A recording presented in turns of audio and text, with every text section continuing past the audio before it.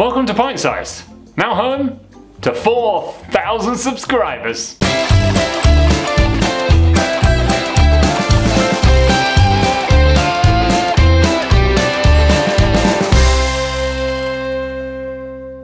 Welcome along, as promised in last week's episode all about Citra, the hop conundrum. I said we'd be doing a special midweek episode just to celebrate being on 4,000 subscribers. I can't thank all of you out there enough for your unwavering support through the years. I think we've done this now for about 4 years. Christ. It's been a crazy journey and we've had a lot of fun doing it, and we are going to carry on for the foreseeable future. Don't you worry about that. I wanted to find a way to celebrate, and something is in the pipeline, I promise, for something a little bit more grand than just an episode on a Wednesday. But I thought I'd just release this just because I want to say thanks to all of you out there for following me on things like Facebook and Instagram, but also just checking in every week on YouTube. I love each and every one of you, and if there's anything I can do to help you out with your beery enterprise, or you just want to meet up and have a pint, then just drop me a message on any of the aforementioned social medias and I'd be chuffed to bits. So there's a brewery that over the years we've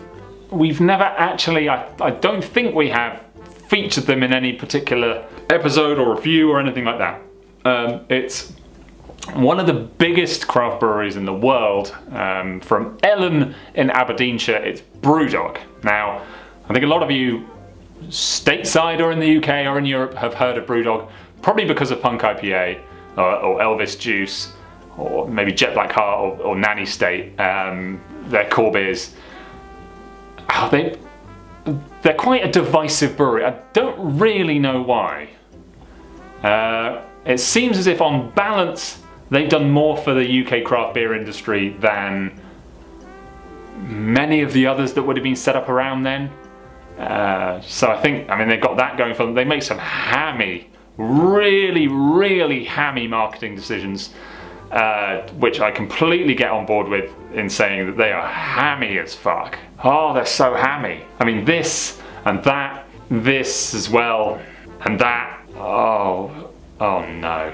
I mean, they're known for being quite aggressive when it comes to protection of their trademarks, which again I can kind of appreciate, but it seems as if, I don't know, a lot of the decisions they make are quite short-sighted, I think is the word. But the beer should do the talking with something like this. I mean, obviously they're incredibly successful and they kick off whenever any brewery gets bought out by a big beer company, even though people have always picked apart the decisions that they've made in the past, saying, I think one of their main investors or their main kind of stream of funding comes from a company that owns loads of other big beer companies. So read into that what you will, but I just sometimes just try and avoid the whole punk side of things and just let the beer do the talking. As I said, I very rarely buy BrewDog beer. The only beer of theirs that I really wanted to try down, perhaps not for reason that they'd particularly like, was their Indie Pale Ale. Version 1, which was supposedly one of the worst beers ever.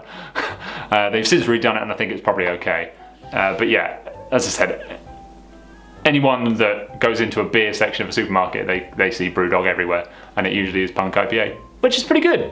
Don't really like it out of the can or the bottle, but I do get it on tap if it's not anything more than like £7, which it usually is. Anyway, that's all really boring stuff. I actually emailed them a few years ago when I first started this channel because I thought they'd make a great champions of industry. They didn't reply. Emailed them 5 times. And I know Simon from Real Ale Craft Beer, he has quite an interesting relationship with BrewDog. He's some of the most entertaining videos that he does around their beers.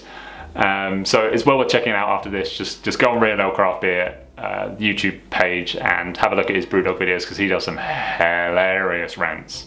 But as I said, I don't like to get involved in all of the crap that goes on around them. They're a business and they run themselves the way they want to be run. I think they're a bit lame in a lot of ways, but fine. Oh God, Jesus Christ. I picked this beer that we're drinking up today in Tesco's, which I think is one of the best, if not the best, supermarket in the UK to pick up craft beer from, especially other breweries' craft beer. I know Marks & Spencer's is great for their kind of relabeled versions of other breweries' beers, and they do some really interesting styles, and they make great train beers.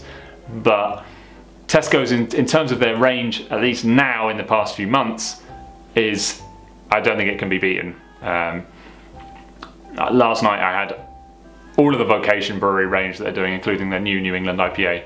Tallboy can, which was delicious. And to be able to get that level of haze in a major UK supermarket is nuts. And that is exactly why I picked up this beer today. So, to celebrate 4,000 subscribers and to break our BrewDog virginity, oh my god, we've got Quench Quake in this lovely pink and yellow can from BrewDog. As I said, it's a grapefruit and tangerine sour, coming in at 4.6%. I mean, that's huge. To go into the biggest supermarket in the UK and pick up a sour beer, what a world we live in, unless it's shit. It says in traditional BrewDog style, buckle up for this juice bomb of a sour beer. The first tremor of tartness hits, then hold tight for a citrus blast of seismic proportions. Tectonic plates of lemon, tangerine, grapefruit and tart apple agitate the pie crust and biscuit backbone.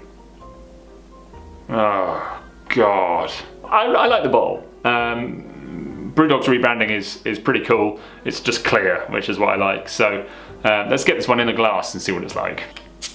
Now, I've mentioned Real Ale Craft Beer already today, and I know that Simon has just reviewed this beer. He gave it a quite high rating based on the fact that it's a good gateway beer for people that just buy like fizzy lagers and stuff. You know, someone might pick it up.